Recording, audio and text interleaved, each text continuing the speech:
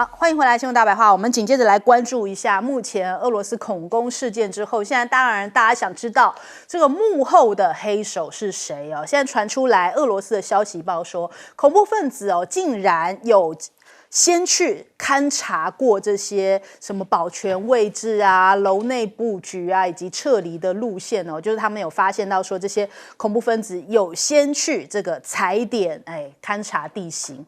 那现在4名嫌犯的身份，最小的才19岁哦，而且他们的身份背景看似单纯，然后有一位是美发师，还有一个是这个计程车司机，然后几乎都有小孩子，然后人家就觉得很疑问啊，这样子的角色会有钱买武器吗？会有办法来规划恐攻计划吗？所以疑点重重哦，也因此现在普京就讲说，这个极端伊斯兰分子是莫斯科的恐袭凶手，但是他更关心的是，俄罗斯更关心的就是雇主是谁？是谁唆使他们来做这件事情？谁才是幕后策划这件事情的人？因为他觉得说前面这个凶手看起来不像是有能力来策划这件事情。其实这也是我们世界各国很大的一个疑问哦，就觉得看到这个事情不单纯，感觉水很深。那扎哈罗娃就讲说，我跟白宫提问一下，你们确定是 ISIS 吗？不妨再思考一下，就是他们认定感觉这件事情，他们在俄罗斯看来就感觉好像跟你美国乌克兰脱离不了关系哦。那马克宏在这个时间点呢，最近也是不断刷存在感。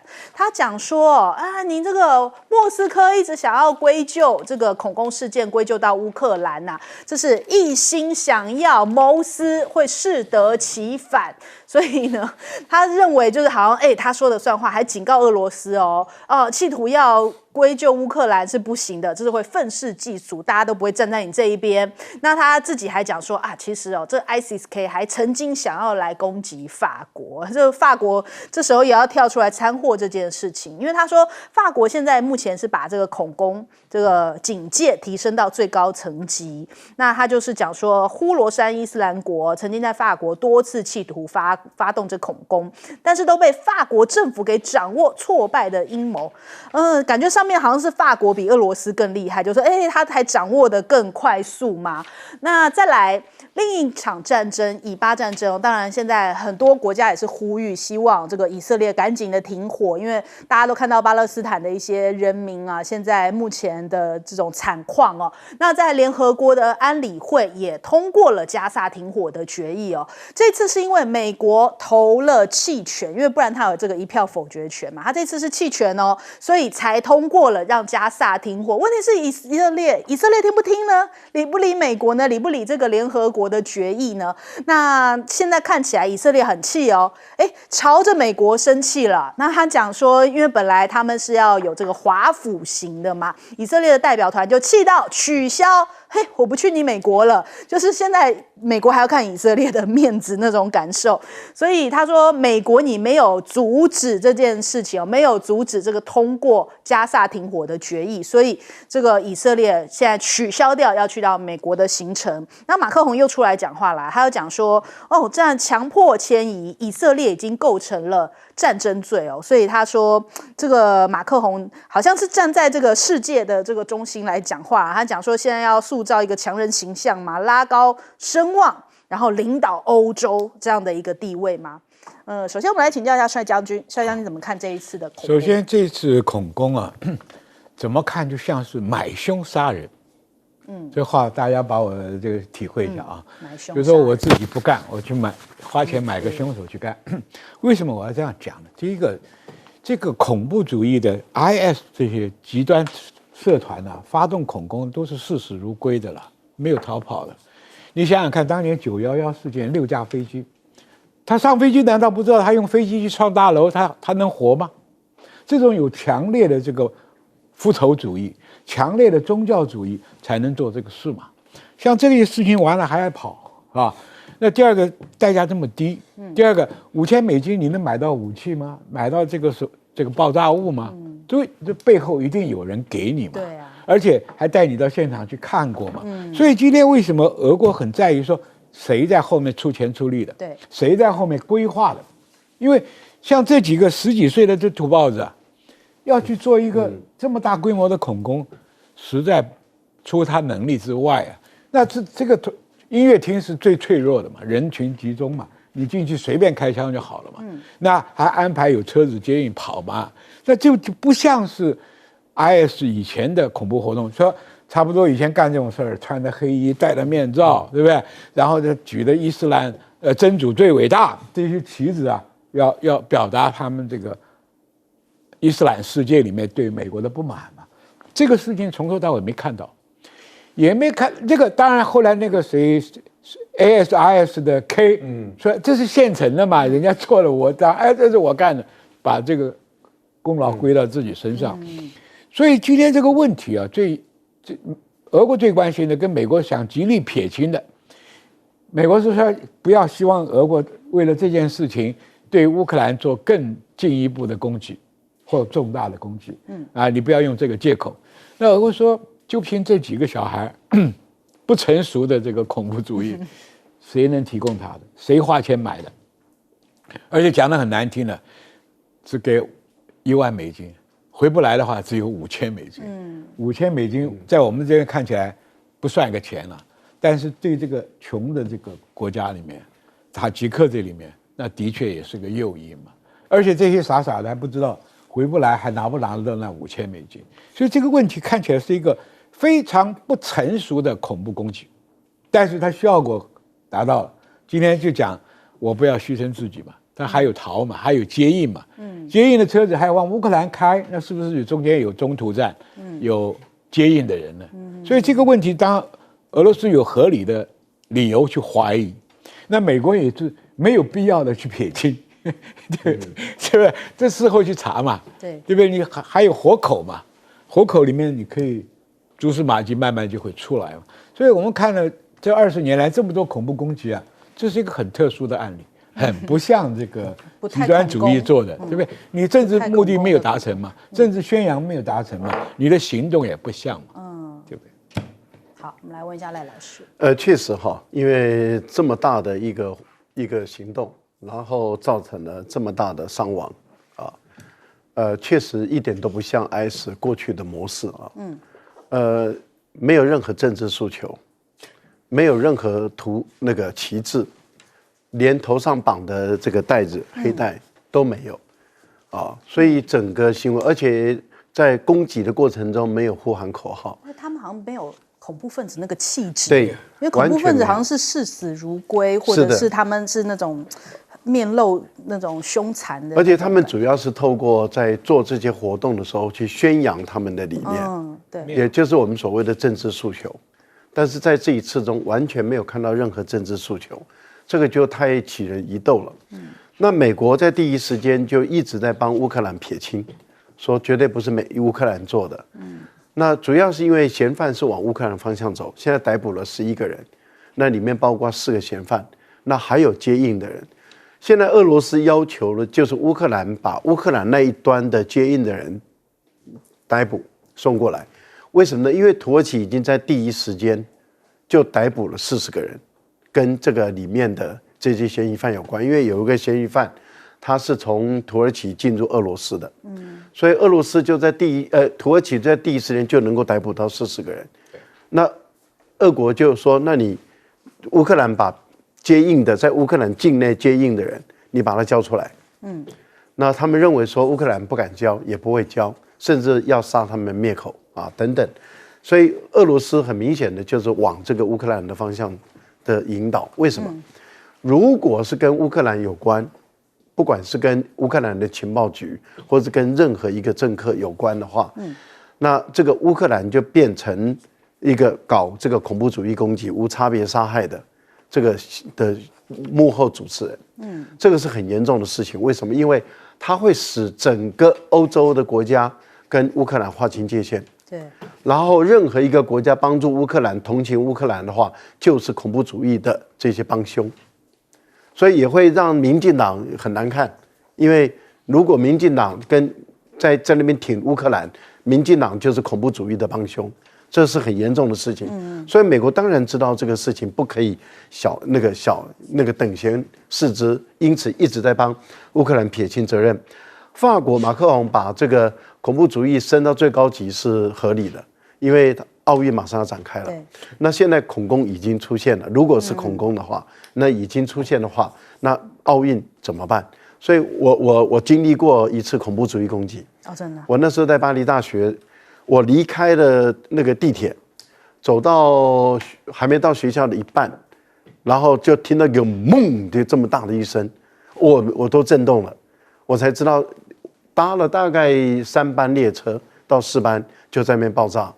那是其实后来我们整个法国整个学校都进入那个安检很严的一个时代，那这样过了很多年，所以我个人觉得这个安全检查确实是很重要的。好，你要顺风哥。我想 IS 啊，自从被塔利班呢叙利亚的这个叛乱团体民主力量呢，以及呢这个卡达组织啊划清界限以后啊，那紧接着他的第1号首领巴格达迪第2号首领第2任首领哈里发，第2号人物贾西姆邓，这些人都被干掉被抓了之后基本上 IS 已经不见了，理论上已经不见。可是呢 IS 现在有个作用，从2018、19年之后，我就发现有一点，只要有恐怖活动，有没有？他第一个出来认账，他现在是恐怖活动认账人头户，这很奇怪。那一个这是他妈妈，这是我，不管是不是他，从18年以后到我现在手上大概有7、8次他就是我，所以刷存在感，不是说这干什么？所以我就觉得他就是恐怖活动人头户而且很认真就出来。因此，他这一次讲是他干的，没有人信。对，没有人，因为你没有那个本事了。第二个，这些人买凶杀人呢，但这个凶不是普通凶，请各位了解，这个将军呢当过军人，要开第1枪打死人的时候，那个心理因素是很脆弱的。那一定要到老兵上战场上到已经很习惯了，就像警察第1次开枪，压力也很大的。可是不要忘记。这些人拿着枪，就这样蹦蹦蹦蹦行刑式的杀，这个不是一般的，一般人给你钱你不敢的啦，你花朵的，这是经过训练的，没有一定的训练，没有一定的心理素质，甚至讲难听，是不是被喂药了，我们都不知道，因为没有那样的心理素质是不会开这个枪，那谁训练的？这个不会是一般人训练的嘛？是谁训练的？所以给了钱，这是线索。在当场的表现，那一种开了枪什么都不怕，就一直的开枪，这样子的一个心量，到底是谁出来的？后面一定有鬼。所以全世界很简单，谁否认的最快，谁的几率最高。第二个，乌克兰绝对逃不掉，因为所有的案子，假如今天我是俄罗斯的领导人，我一定第一个找的是谁？乌克兰。别忘了车臣呢。付出的代价是什么？也是一样，在一个聚会里面呢，这杀死了这个俄罗斯人，普丁的声望就是从消灭车臣那一次开始的。好，我们先休息一下，广州马上回来。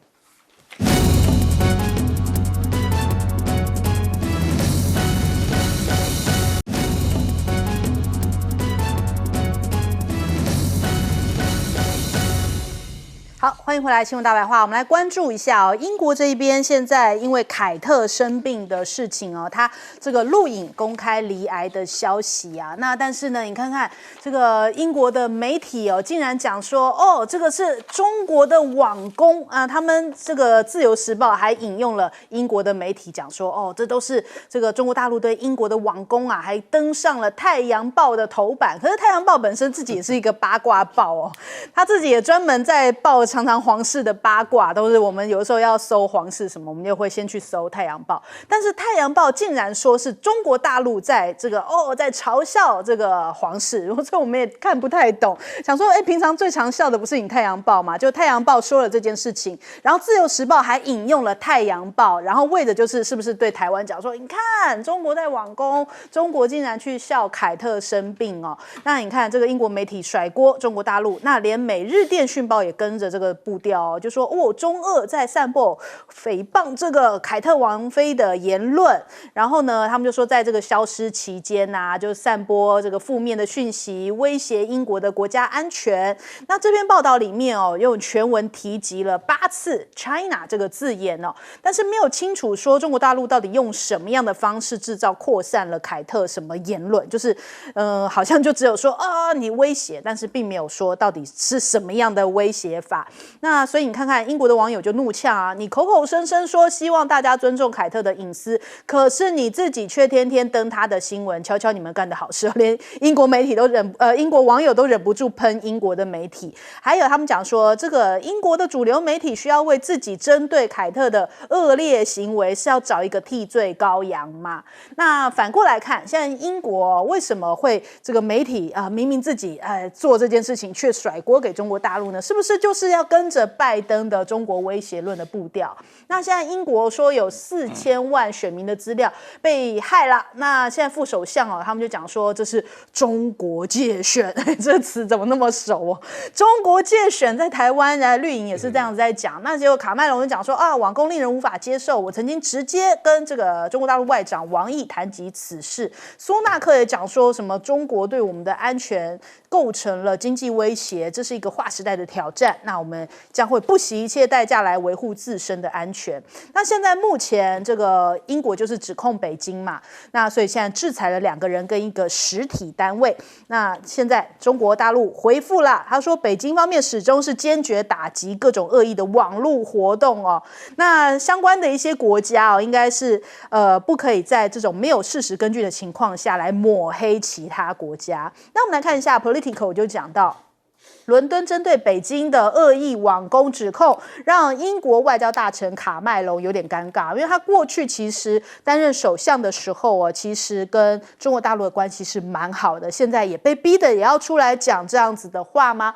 那再来讲到了拜登这个中国威胁论因为前一阵子我们看到了这个美光不是被中国大陆给制裁吗？但是这一回的这个中国发展的这个论坛美光这 CEO 出席啦，他跟王文涛2个人握着手展现出来非常漂亮的笑容他讲说我们会继续跟中国合作，共塑全球半导体产业的未来。那这个消息出来之后昨天美股是盘整，其实美光却是逆势大涨。那我们来看看当时在去年5月份的时候，北京为了要反击拜登，所以就制裁美光，然后那时候就很多美国媒体都说那不要紧那只占一部分结果美光真的是伤到了，他发现苗头不对，在6月份的时候砸了185亿来投资西安，在那边设厂那到了11月的时候，美光的 CEO 因为本来拜登是这样子好像要跟中国大陆对抗嘛，他不顾拜登的颜面，他就跑来访问。那当时王文涛你对比一下，当时王文涛的表情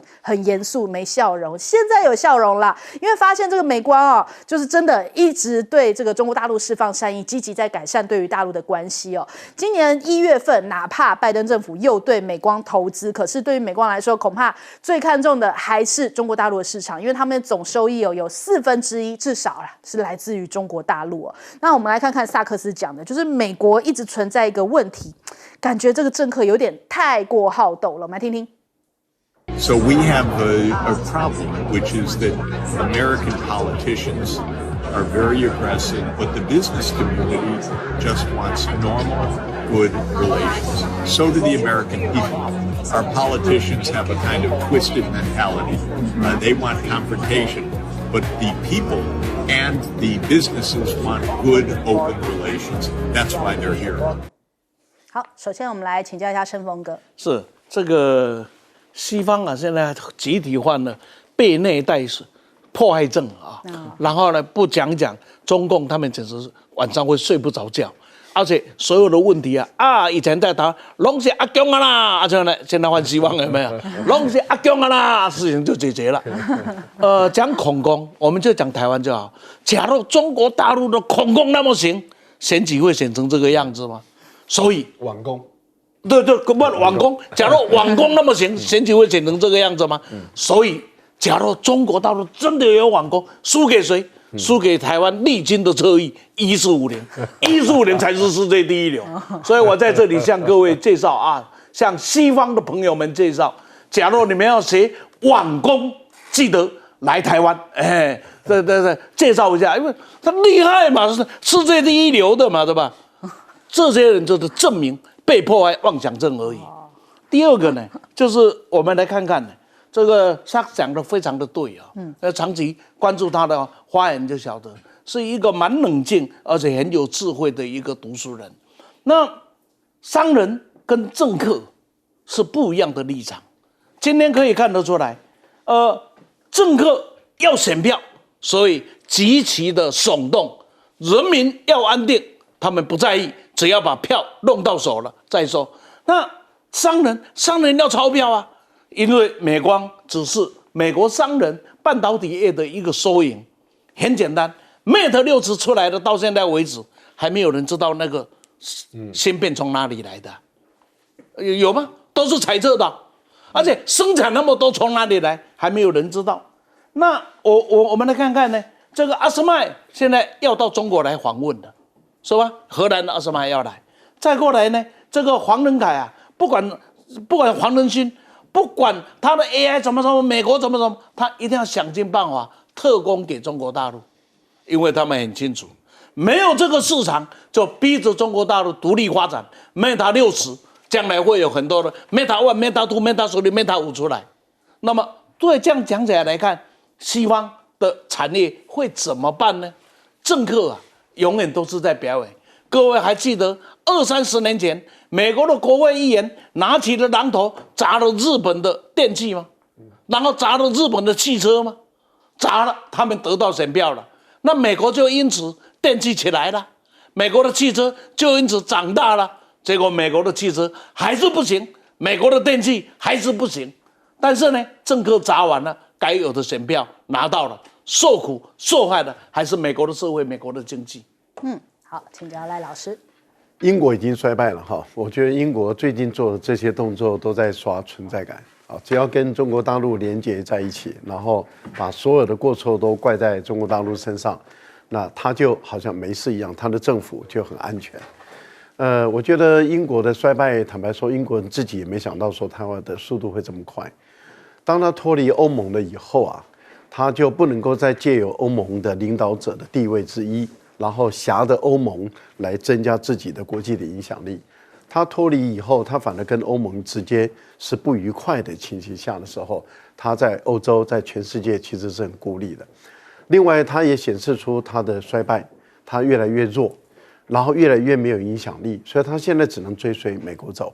美国反中，他就跟着反中；美国抗中，他就跟着抗中；美国说网攻，他就说网攻；美国说网络安全，他就说网络安全。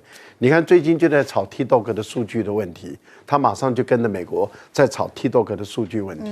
这代表什么？这个国家已经衰败到太弱了。其实衰败到这么弱的一个国家，又没有影响力的一个国家，我不认为中国大陆会看上英国，会在乎英国。我不觉得。中国大陆现在有那么在乎英国，特别是对英国的王室啊，我觉得这个简直是有点可笑，因为当时凯特王妃的 P 图是他们自己 P 的，被他们自己揭露出来说，你这个图是 P 图的，那为什么你不用真图？这个时候他才把它撤掉，然后呢，是英国的媒体要求他要露脸，说你为什么都不露脸？所以弄到最后的时候，其实我们都是翻译嘛。翻译英国的媒体报道来报道嘛。那如果说我们今天报道这些事，就是恶意要介入英国的王室，要丑化王室的话，不要忘了那时候台湾有很多媒体也有在报道同样的事哦。那也都是在丑化英国王室。英国王室本来就不需要你去丑化，因为他已经够丑的，不需要你去丑化了嘛。因为他们内部里面这些人，严格上来讲就是吃人民的纳税钱。然后没有做多少伟大的事，其实一直维持王室存在的都是一个笑话，像日本也是一个笑话，像英国也是一个笑话，我都不太懂为什么还要维持一个王室，讲民主共和还维持一个王室，这就是大笑话。美光的问题啊，美光是因为他先透过他们的国会议员跟政府联手去修理中国的这个半导体，应该是长江存储，他们是动这个黑手，用政治势力打压。那中国大陆要报复，忍下来了，一直等到长江存储站起来了，它的产品能够供应了，这个时候才出手。我们叫做君子报仇，3-5年都不晚。这一报仇，美光刚开始说9%啦，尤其雷蒙多说影响不大。结果所有美光产品，你只要你的电器你用到美光的都不能进来的时候，影响就20-30%了。美光一下子整个重挫，因为你所有的加工品都在中国大陆嘛。对，那你只要用到美光都不能进来，不管你是哪一个国家的工厂，那你想想看影响大不大？那现在要求饶了，现在要求饶很好啊。第一个先认错道歉，第二个你能够进中国大陆，你也要让中国大陆的产品能够进美国。这是你应该要做的事，也是你的义务跟责任。好，请教水将军。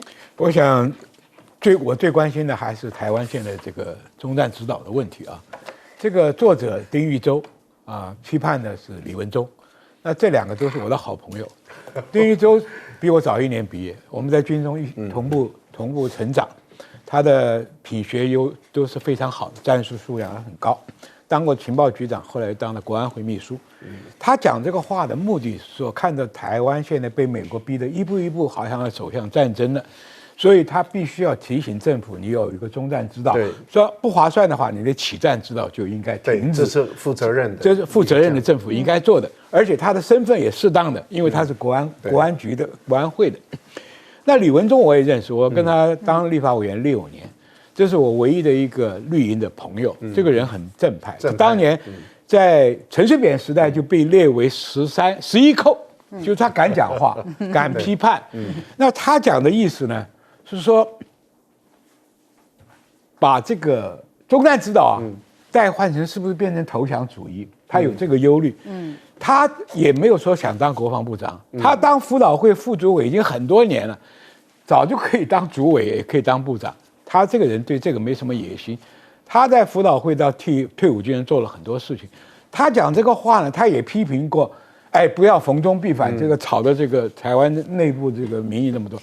当然，他也站在维护民进党的立场嘛，所以他就认为说，起战都还没有起战，现在谈中战是不是言之过早？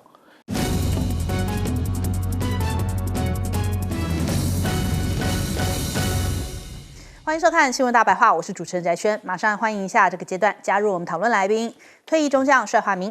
主持人好，各位观众大家好。国际事务专家赖岳谦。主持人好，观众朋友大家好。前立委李胜峰。主持人好，大家好。好，来关注一下现在两岸的情况，恶意螺旋是不是还在升高，然后走不出泥淖啊？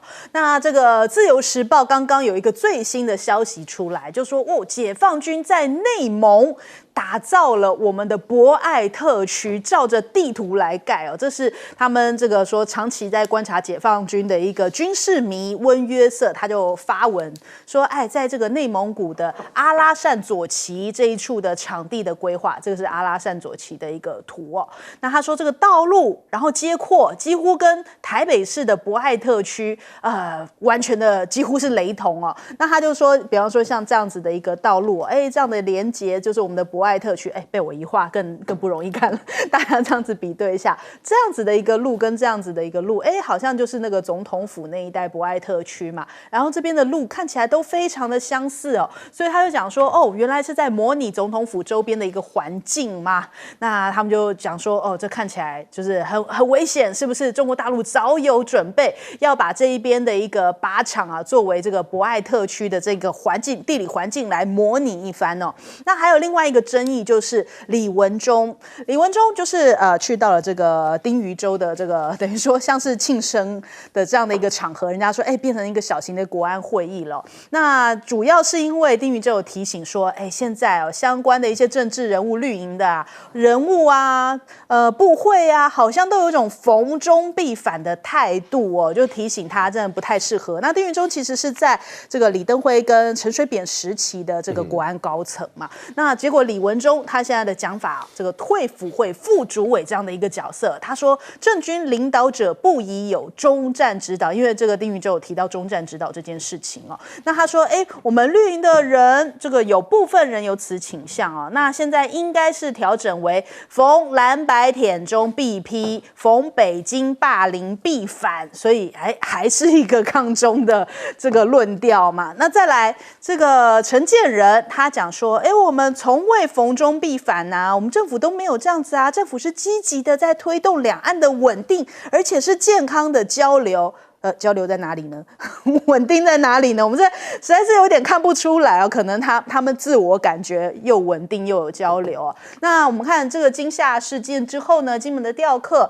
在自由时报眼中说被留在那一边的这个有军职的调客恐怕会变成人质哦。这个讲的说这个胡元可能未来会被当成人质。人家讲说，他军阶有那么高吗？会需要拿他来当人质吗？因为国台办认为说，这位胡姓男子是不是刻意隐瞒了军职身份所以为整件事情留下了伏笔。后续人可能会扣留在中国大陆这一边，然后来借此施压民进党政府吗？这个是这个自由时报的研判他说，即便解放军也没有必要政治操作，也不可能不愿意配合将军人送回。那网友在讲说，这位官员这个熟知两岸情势的官员，你要不要先把你的名字亮出来保护人民不是政府该做的事情吗？怎么每次我们现在看到很多绿媒都是消息人士、国安高层，或是熟知这些事情，都是不具名的？到底为什么一直要用这样子的方式在放消息啊？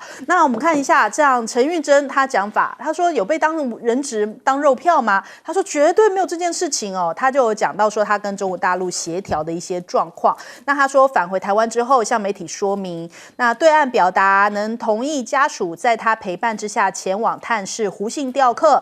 那在中国大陆调查完毕之后，也会尽快的将胡姓调客这个返回金门。那另外现在目前因为这个金门的金夏事件余波荡漾那华尔街日报就说，现在中国大陆的海警加强巡逻，似乎是在对赖清德施压在局势不那么紧张的时候，金门跟海峡对岸的中国大陆福建省的地方代表或许能够迅速解决像这样子的一个金夏事件的争端。但是现在目前这个中国大陆跟台湾之间互不信任的程度非常的高，那北京在赖清德就职之前尤其是特别的敏感，这是美国媒体是这样子在看那再来这个现在目前两岸的局势感觉越演越烈嘛。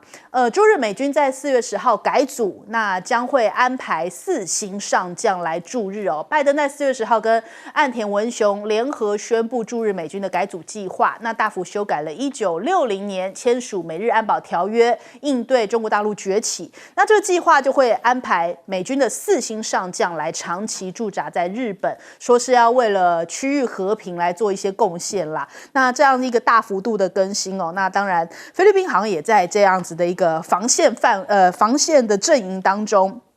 菲国的防长就说对中国发起挑战，南海主权这个主张要提交国际仲裁。他说，如果中国不怕向世界证明自己的主张，为什么我们不要根据国际法来进行仲裁呢？那甚至呢，你看到绿营的媒体他讲说印度也在这其中在这个阵队其中砸了7600亿添购一些军舰，到第一岛链抗中刀疤成型。我想说这是一个什么的词抗中刀疤的前提应该是有刀才有刀疤，那是被谁砍了才出现这刀疤呢？这是不是有一点不太吉利？好像自己觉得很帅的一个词抗中刀疤，然后结果是疤是不是被砍了之后的疤吗？好，无意吐槽只是看不懂然后再来，这个印度媒体报道说，他们现在正添购了68艘的军舰，希望在2035年拥有200艘军舰的规模。然后呢，结果采购金额现在高达台币的7600亿元。那希望在印度洋这边累积实力来对抗中国大陆，结果作出现，到吧？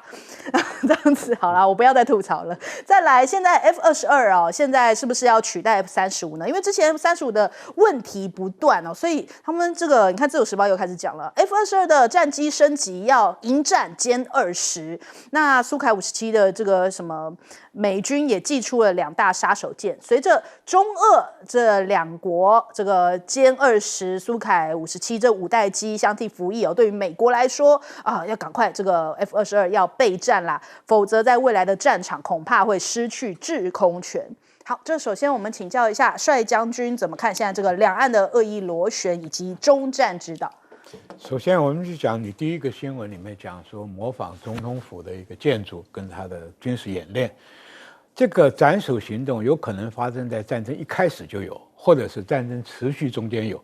因为为什么要瞄准台北的总统府呢？这是我们的政治经济中心，打蛇打七寸，这个速战速决的一个手段。这个新闻，凡是解放军要有武力犯台的话，它必然有这个科目啊，这个不谈。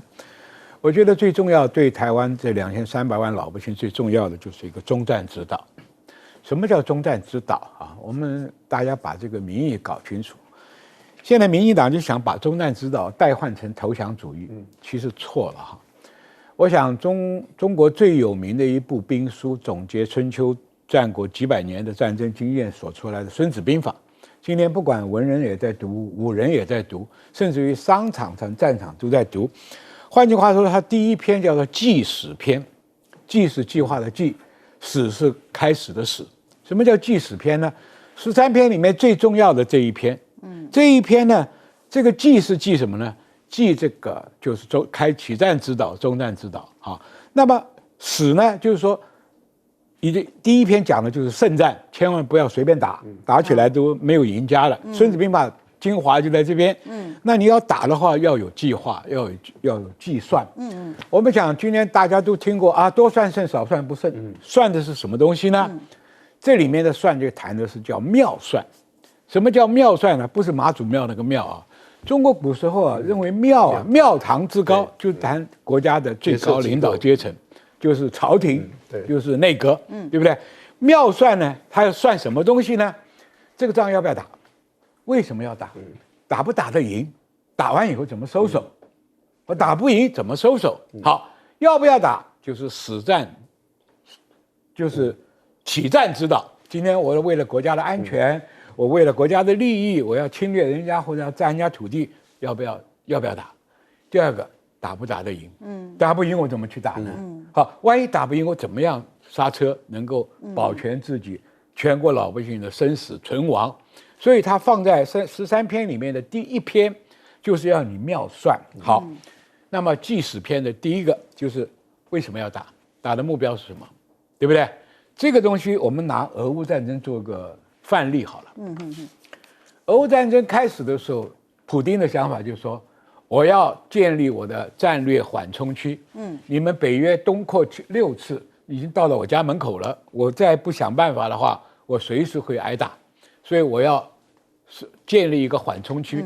第二个，我要解救我的俄国老百姓在卢甘斯克、在顿巴斯的这个被欺负的东西，所以它叫有限的军事行动。就是它的起战指导是这个。但是打它就变了。就是已经不是说解决了这个乌克兰的这个纳粹的问题了。那后来就变成因为北约的加入，乌克兰的不肯承认这个缓冲区呢，所以这个仗就演变了。下面就面临它的终战之道。终战之道里面又回到计算了，我能不能把整个乌克兰吃下来？不可能。我能不能面对北约跟美国做干预？我整个欧洲我建立我的霸权？不可能。所以他就要等到终战之道，就是说能不能停火和谈，承认我这些4个邦的这个自治区。这就是他的终战之道。好了，那台湾的问题了。台湾现在就面临说，我要不要战，对不对？我是不是抗中抗到任由这个民粹，大陆的民粹一天到晚武力犯台，对不对？要武力统一，武统。台湾老百姓要逢中必反。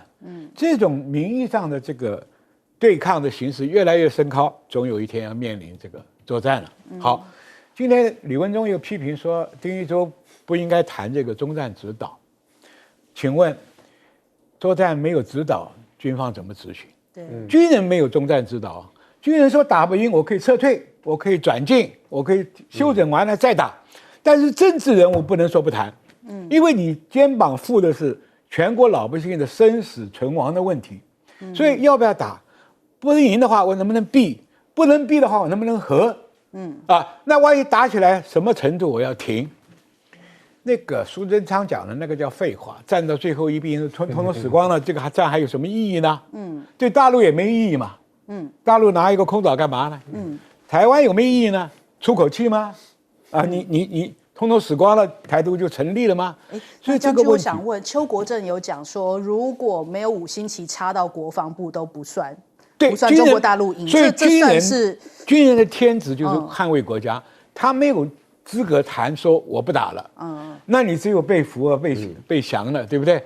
军人不能谈，但是军人有建议中战指导，因为总统在问打不打得赢啊，打的代价是什么啊，要花多少钱啊，要死多少人啊，这个仗能不能继续啊，对不对？所以你看哈，越战第一个阶层谈的什么？巴黎在那里谈，什么人谈？政治人物在谈。韩战也是在国外谈，但是政治人物，就总统级的。那什么时机去谈？军人可以被附到这个任务，在板门店谈。军人可以做谈的工具，而不能做谈的主张。你听懂了没有？这个打跟不打要停，这是政府的责任，就是你国安高层，你总统。这个我们换到今天来讲，蔡英文。国安会秘书长、国防部长，这3个就是说起战指导、中战指导的核心人物。至于带兵在前线打仗的军人，没有资格讲中战指导。但是中战指导他要计算，他要告诉我的长官，告诉我的总统，我们这个仗打下去，军队全部耗光，老百姓要死伤多少？你愿不愿意负这个责任？你负不了这个责任，是不是要计划怎么样停止这个战争？现在你看俄乌跟以色列、以色列跟这个巴勒斯坦，就是中战的问题了，能不能停？全世界舆论都不支持，所以我今天讲这么多新闻条件里面，台湾老百姓一定要认清楚什么叫起战指导，什么叫中战指导。中战指导的责任是谁？是该哪个层级来负责？而不是说谁该不该讲，那不对的。中战指导你可以秘而不宣，但是你不能没有指导。那军人盲目的推上战场，老百姓被动员的推上战场，死得光光的时候，你这个中战指导是不及格的。你要为了天下伤撑来做计算嘛，对不对？抗战为什么前面避战？没有实力嘛。那卢沟桥完了，差不多可以给你干了嘛。可是3400万老百姓军民死伤啊，台湾受不受得了这个？付不付得出这个代价？我觉得今天执政的民进党高层。你可以不对外讲，但是你不能不做计划，不能不做准备，不能不做预先的一个指导。任由两岸的民粹在那里高涨，总有一天要付出很大的代价。帅将军真的是语重心长的在劝这个民进党的高层啊。我们来问一下盛峰哥的看法。这样子啊，这个今天内容非常的多，我只简单的讲，这个看到了这一个模型就大惊小怪，这没有才怪。那我们所有的这一个演习是不是也要假设中共怎么样，共军怎么样，我怎么样吧？所以这个东西没有必要大惊小怪，没有才奇怪。美国的航空母舰模型不就在大陆的沙漠吗？那美国有没有大惊小怪？没有，这是台湾的大惊小怪。为什么？因为找不到话题嘛，要诉诸于恐惧。你看阿共多可恶，有没有？还不行，我不能讲这一句话，因为我又犯了这个舔中必批那舔美就没事，他妈都舔同一个器官，那一个叫香的，一个叫臭的，我就不信，别鬼扯了啊！再过来呢，就什么人质外交，抱歉了，两岸之间老共绝对不会用外交这2个字眼，这个就是自己创造出来的假新闻、假名词。第二个。那一个兵大概还没有大到可以拿来当筹码呗。然后民党不要忘了，我们前一阵子不是有一个兵到了厦门去，到现在回来了没有？炒了几天的新闻呢，我都不知道回来了没有啊，怎么民党忘了？你还有一个兵在厦门呢？那现在就讲什么人质外交，外交人质，鬼扯不通。要通只有一件事情，就希望挑拨两岸情绪的假新闻而已，这一点意义都没有啊。那么再过来看呢，菲律宾的这一件事情啊，我真的很简单的这样讲，菲律宾是被请上桌的演员，然后是被吃掉的菜单里面的菜。我看菲律宾的角是这样子嘛，别忘了，美国是你的殖民者啊，日本是你的占领者啊。今天这两只狼请了你上桌，是要你去表演的，然后怎么样子，哪天当菜单把你吃掉而已啊。所以菲律宾呢，不要呢这个被吃了，然后被骗了，还这么帮人家呢，这个算这个什么数钞票啊啊！最后一个我要讲一下，在整个南海情势，我发现大陆是一个有克制的大国，美国是一个任性的霸权。举个例子，今天菲律宾换成了墨西哥，然后那一艘船在墨西哥湾，那你看美国会这样的对待？他早就把你炸光了，还这么留着那边，这是霸权的嚣张，只可以自己嚣张，不容许人家做大国的克制啊。那菲律宾是一个大笨蛋，在那边正被玩弄着。好，来请教赖老师。内蒙古这是新设的啊，因为原本在朱日和就有一个，那这是一个新设的一个炸设场。如果有的话，我们也不会感觉到意外啊，因为一旦民进党宣布台独，那解放军必须要立刻动作，那立刻动作它就必须要有效，而且要有能力，所以一个军队啊，一般来讲都走在前面，我们都是预想可能发生的情况，然后就开始演练，这是很正常的事情。所以大陆这边对于斩首行动的演练，那应该是轮批的。所以很多解放军的飞行员或是导弹兵，他们都有做过这个演练，也都很熟悉了。我相信他们对于飞进来的时候的那个台湾的地图，那么引导线、关注点在哪里，从哪个地方炸是最好的一个位置，应该是演练了很多次了。那这样的话才会很有效啊。李文忠最近比他活跃，我在猜，可能就是因为内阁快要来了啊，那他可能在看到新的位置，看起来新潮流的。对，看起来他是对国防部长是很有兴趣的，因为他长期以来都泡在这个军事这个部分里面，所以他会当退辅会当副主委，那一直得不到这个蔡英文的青睐，让他接国防部长。那所以我觉得他目前的动作很多，话讲也很多，那意思也就是说，这个赖清德要好好的重用他啊。那讲到这个中战指导这个部分，说不要有中战指导，这真的是太不懂军事了，所以他在军事当委员会啊，他当立委的时候也是在国防委员会，那么一段时间，结果连中战指导都不懂，这点就很让我意料外了啊！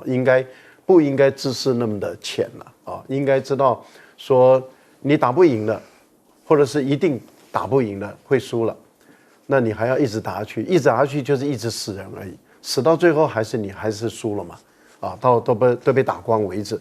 但一般来说的话，通常都是说，你避免减少损失，那我们这边就做一个好的安排，所以才会有谈判嘛。